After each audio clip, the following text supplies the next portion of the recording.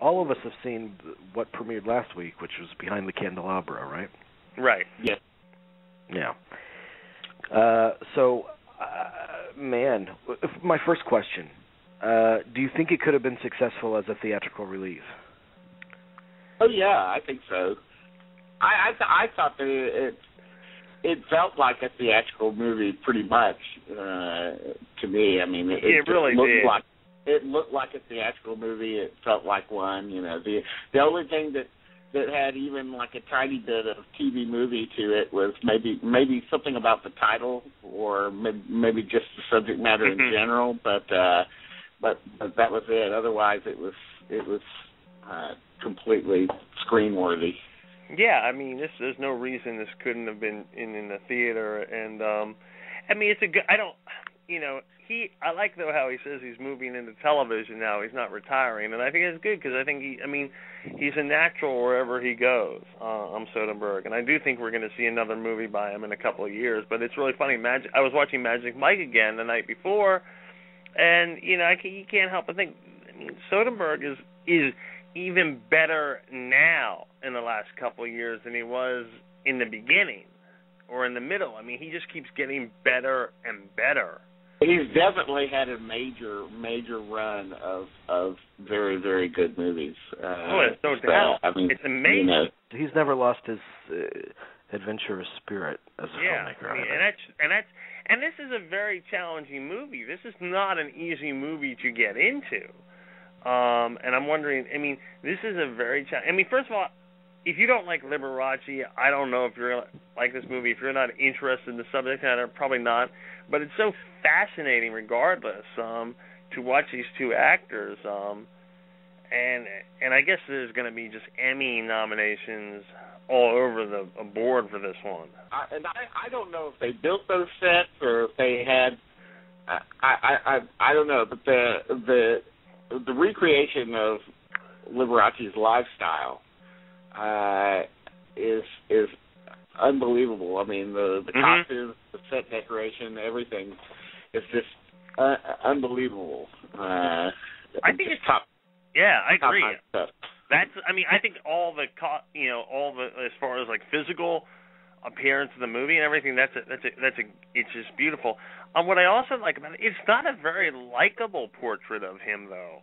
That's what I really like. It is very even-handed. This is not a celebration of anything. It's a very even-handed, matter-of-fact, almost in-your-face story of these two gentlemen. It's not afraid to show their flaws in a major way.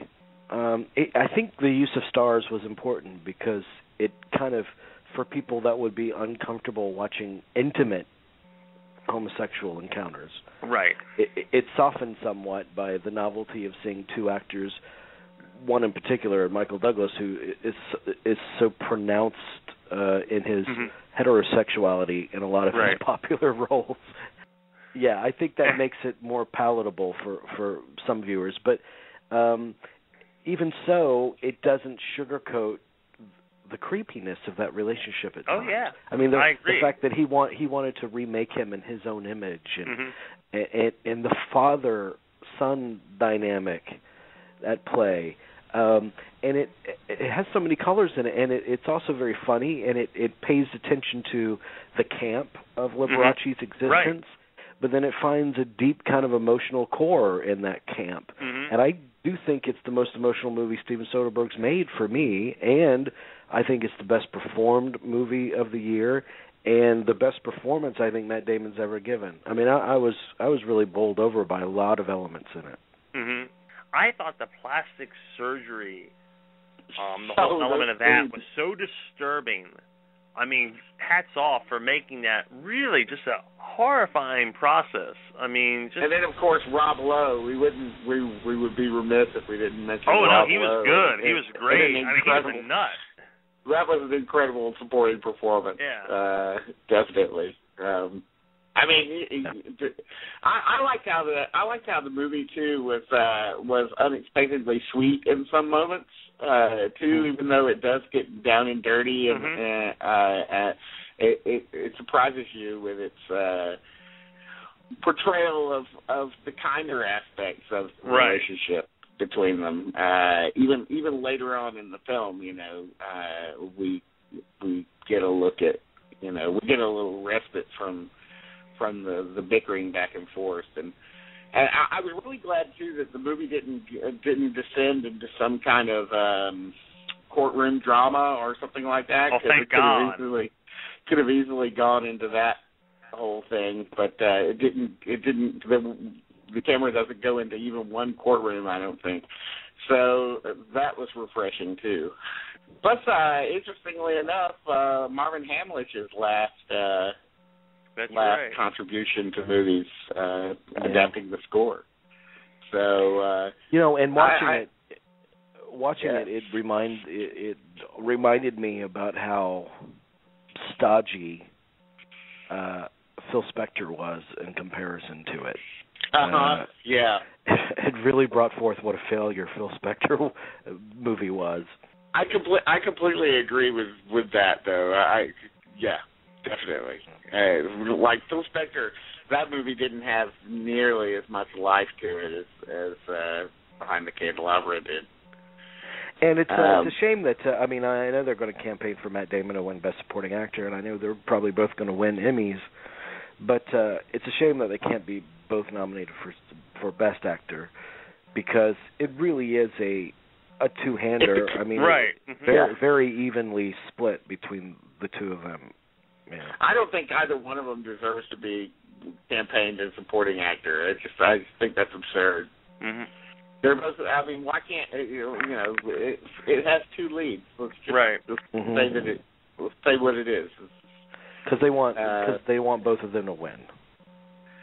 Well, it's disingenuous and it's not fair.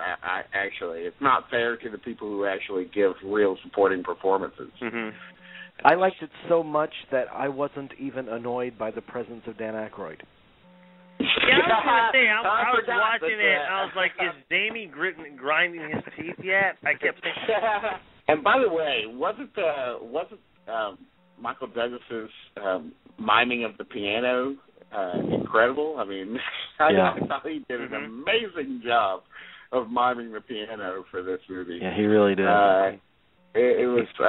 They didn't try and trick it out or anything, but you really got a chance to see him do it, and boy, he really.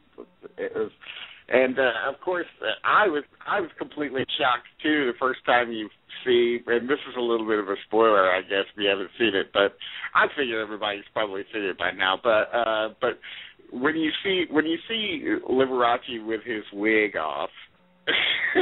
Yeah, that just completely floored me. I couldn't believe it. That I didn't know about. I had no idea about that. So I was like, wow.